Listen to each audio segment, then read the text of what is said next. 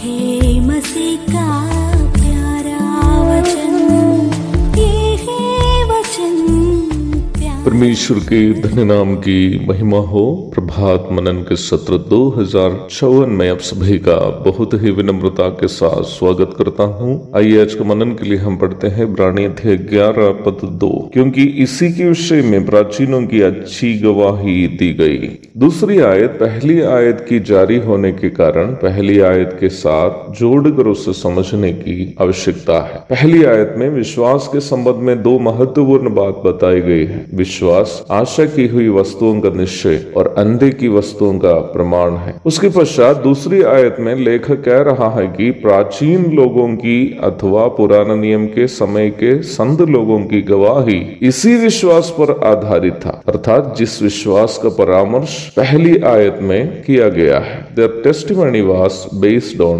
this faith। यहाँ गवाही शब्द उनके आत्मिक जीवन संबंधित गवाही को सूचित करता है, अर्थात परमेश्वर के साथ पुराने नियम के संतों के संबंध की गवाही। The word testimony used here in this verse refers to the personal relationship of Old Testament saints with God। परमेश्वर के साथ उनके व्यक्तिगत संबंध कभी भी दिखी जाने वाली सांसारिक वस्तुओं पर आधारित नहीं था, बल्कि विश्वास पर आधारित था। हम इसे इस प्रकार भी समझ सकते हैं कि मानुषिक बुद्धि से समझी जाने वाली किसी बात पर आधारित नहीं था उनका विश्वास, बल्कि परमेश्वर से प्राप्त विश्वास पर आधारित था। बाइबल की परिप्रेक्ष्य में देखा जाए, मनुष्य के पास कोई भी विषय पर भरोसा करने के लिए दो विकल्प है। पहला विकल्प अपने मस्तिष्क के सहारे अपनी समझ अथवा बुद्धि क्षमता के अनुसार बातों को परख कर मनुष्य को यदि लगता हो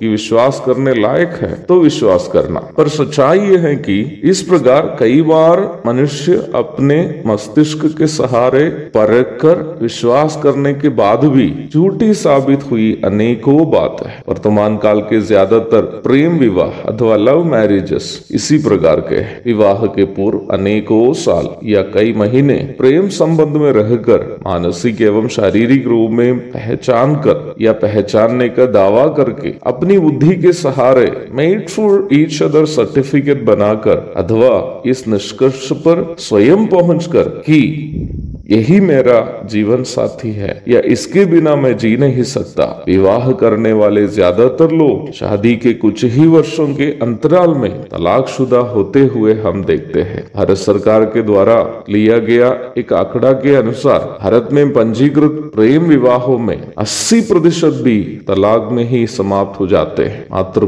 20% ही लंबे समय तक टिकते हैं। मैं आसानी से समझने वाला एक उदाहरण आपको बता रहा था। मनुष्य की बुद्धि के सहारे जांच परख करके प्रमाणित किए गए कई तथाकथित वैज्ञानिक प्रस्तावों को भी मनुष्य को विज्ञान के प्रगति के साथ साथ बदलना पड़ा है। परंतु बाइबल एक ऐसा विश्वास के बारे में इस अध्याय में हमें समझाती है कि जो मनुष्य के मस्तिष्क से उत्पन्न नहीं है। यहाँ परामर्श किया जाने वाला विश्वास परमेश्वर का दान है। It's a gift from God. यह विश्वास हमें प्रदान करने वाला स्वयं परमेश्वर है। रोमी 12:3 में पौलुस कहता है, पर जैसा परमेश्वर ने हर एक को विश्वास परिणाम के अनुसार बांट दिया है, इसलिए ही यह बात हमें अवश्य समझने की जरूरत है कि परमेश्वर से संबंधित बातों पर हम मस्तिष्क में उत्पन्न विश्वास से नहीं, बल्कि परमेश्वर से मिलने वाला विश्वास से ही भरोसा करते हैं। पूर्व पिता लोग इसी विश्वास से अपने आत्मिक जीवन की गवाही प्राप्त की है। हमें भी परमेश्वर से मिलने वाला विश्वास की अनिवार्यता है कि हम परमेश्वर से संबंध रखने वाली बातों पर भरोसा कर सके। उसके लिए हम प्रभु से प्रार्थना करेंगे कि प्रभु आप हमें वो विश्वास है जो आप देता है भर दीजिए, ताकि हम अधिक अधिक आप पर भरोसा कर सके। प्रभु यीशु मसीह के धन्य नाम में आप सभी को एक और बार एक नया दिन की शुभकामनाएं देते हुए आज का मनन में यहाँ समाप्त करता हूँ। आमीन।